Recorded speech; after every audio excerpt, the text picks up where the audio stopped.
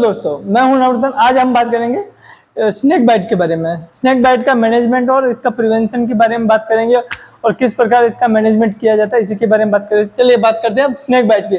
Snake bite के अपने India में सबसे ज़्यादा केस मिलते हैं, क्योंकि सबसे ज़्यादा बहुत ज़्यादा पहाड़ी इलाका में कहीं पे भी 1 लाख से केस पर ईयर केस मिल रहा है इसमें अपने इंडिया में। इसी के अलावा 40,000 से 80,000 के बीच में बहुत सारे मौतें हो जाती है। इसी के अलावा क्या है कि कोई प्रॉपर इलाज नहीं मिल पाता या कोई हॉस्पिटलाइजेशन नहीं हो पाता, कोई झाड़ फूक में रह जाता है। इसी से क्या है कि इंडिया में बहुत सारे केस की या किसी भी पेशेंट की डेथ हो जाती है। इसी के बारे में बात करते हैं। अपन के साइन सिम्टम के बारे में बात करते हैं। इसमें जनरल साइन सिम्टम होता है। जनरल साइन सिम्टम होता है जैसे पंचर वुंड, जहाँ अगर उस स्नेक ने क्या बाइट किया है, सांप ने जहाँ बाइट किया वहीं पे पंचर हो जाएगा, यानी नुकीले दांतों के से वो काटता है तो पंचर हो जाएगा, उसी से वो पंचर वुंड हो जाएगा। रेडनेस, जहाँ काटा है वहाँ रेडनेस हो जाएगा।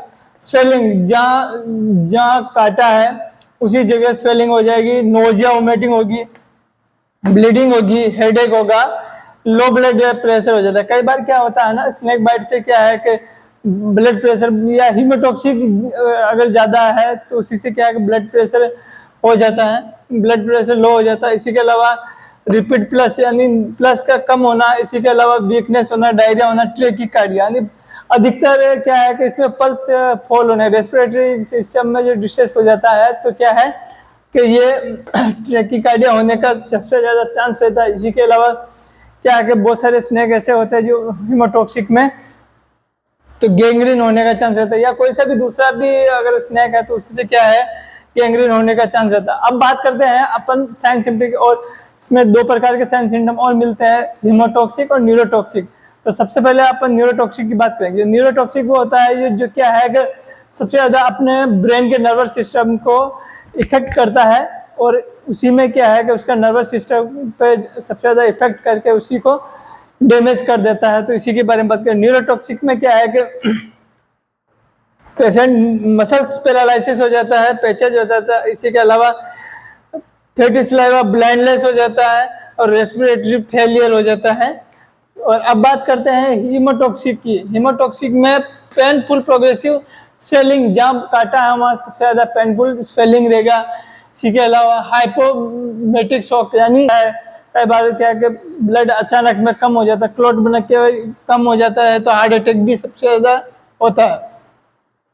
अब बात करते हैं न्यूरोटॉक्सिक स्नेक के बारे में कि न्यूरोटॉक्सिक स्नेक कौन कौन से है। तो किंग कोबरा है, इंडियन कोबरा है, ये क्या है कि एक न्यूरोटॉक्सिक स्नेक है। अब बात करते हैं हीमोटॉक्सिक में, तो हीमोटॉक्सिक में रसल वाइपर है और कॉमन बाम्बो है।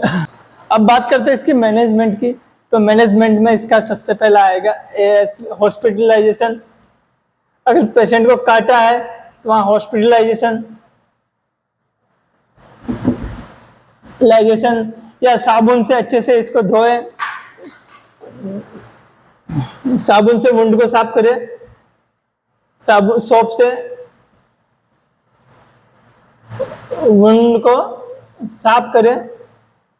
इसी के बाद में हॉस्पिटलाइजेशन के बाद में इसको ASV लगवाए, क्योंकि अगर न्यूरोटॉक्सिक स्नेक ने बाइट किया है तो ASV लगाना जरूरी होगा।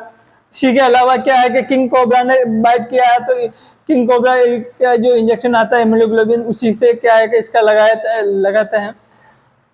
उसी के बाद में ICU एडमिट।